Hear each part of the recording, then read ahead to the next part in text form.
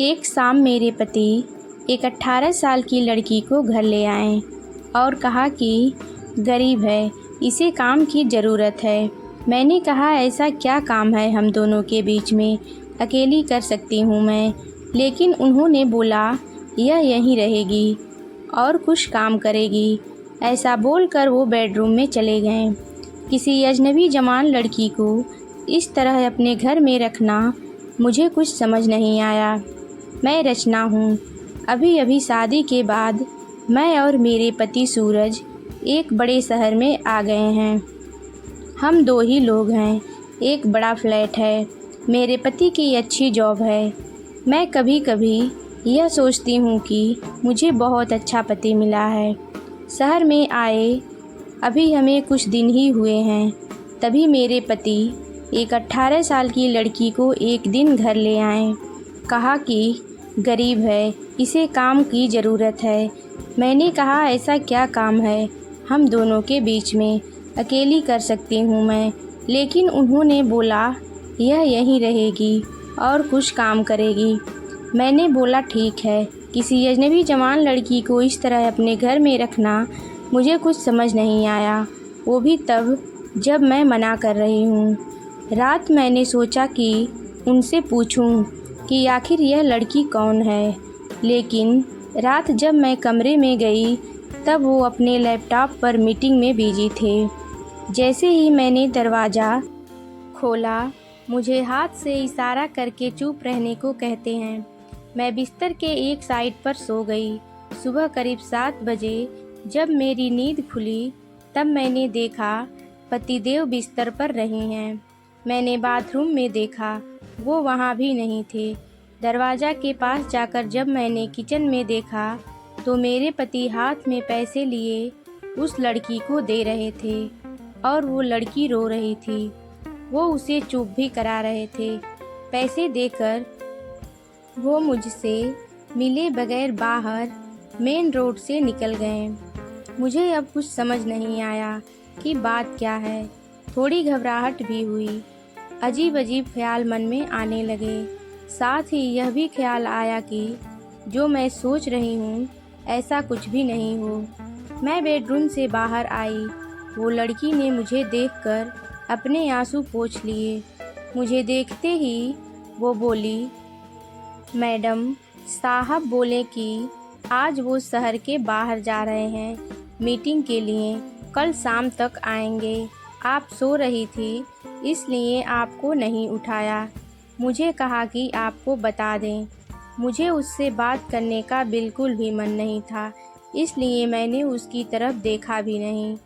बस अब मैं अपने बेडरूम में बैठी कुछ कुछ सोचने लगी। शादी को अभी 1 महीना ही नहीं हुआ है और मैं उनके बारे में ना जाने क्या क्या सोचने लगी। लेकिन उन्होंने मुझे सोचने का कारण भी दिया है। एक तो यह लड़की वो अचानक ले आए। मेरे मना करने के बाद भी उन्होंने इसे यहाँ काम पर रखा और आज वो उसे रुपए भी दे रहे थे। मैंने सोचा कि एक बार फ़ोन कर उनसे बात करके देखती हूँ। मैंने उन्हें फ़ोन लगाया पर उनका फ़ोन स्विच ऑफ था। यह पहली बार था जब ऐसा हुआ कि उनका फ़ोन बंद है। अब मेरा सर और भी चकरा गया। इतने में वो लड़की रूम में चाय लेकर आती है और बोली, मैडम चाय। मैंने भी उसको पूछा तुम्हारा नाम क्या है? बोली राखी। उसके पास फ़ोन भी था और अब वो वाइब्रेट हो रहा था। फ़ोन को रिसीव करने वो दौड़कर मेरे बेडरूम से बाहर गई। मुझे दूर से अब यही सुनाई दे रहा था कि उसने कहा कि मैं आती हूँ। फिर बात करके वो फिर मेरे बेडरूम में आकर कहती है, मैडम मैं 2 घंटे में आती हूँ, मुझे कुछ काम आ गया है। इतना बोलकर वो मेरी हाँ सुने बगैर ही चली गई। मैं कुछ बोल ही नहीं पाई। लेकिन फिर 2 मिनट मेरे मन में आया कि क्यों ना उसका पीछा करूं, और मैंने 1 सेकेंड में कपड़े चेंज किए और उसके पीछे हो गई। वो मुझे मेरी बिल्डिंग के नीचे दिखाई दी। उसके बाद उसने एक रिक्शा लिया मैंने भी रिक्शा लेकर उसका पीछा किया। रिक्शा एक पतली सी गली में रुका। वो वहाँ से उतरकर पैदल चलने लगी। बहुत सारे छोटे छोटे घर से होते हुए वो एक घर के आगे पहुँची। मैं लगातार उसका पीछा कर रही थी। क्यों कर रही थी, क्या जानना चाहती थी, इसका मुझे कुछ पता नहीं था। बस मैं उसके पीछे थी। दरवाज़ा खुला और खुलते ही वो लिपट गई उसकी माँ से। ज़ोर से माँ और बेटी दोनों रोने लगी। दरवाज़ा बंद करना भी भूल गए। मुझे लगा कि अब मुझे सामने जाकर बात करनी होगी कि परेशानी क्या है। मैं उसके सामने गई। मुझे देखकर लड़की बोली, मैडम आप यहाँ पर?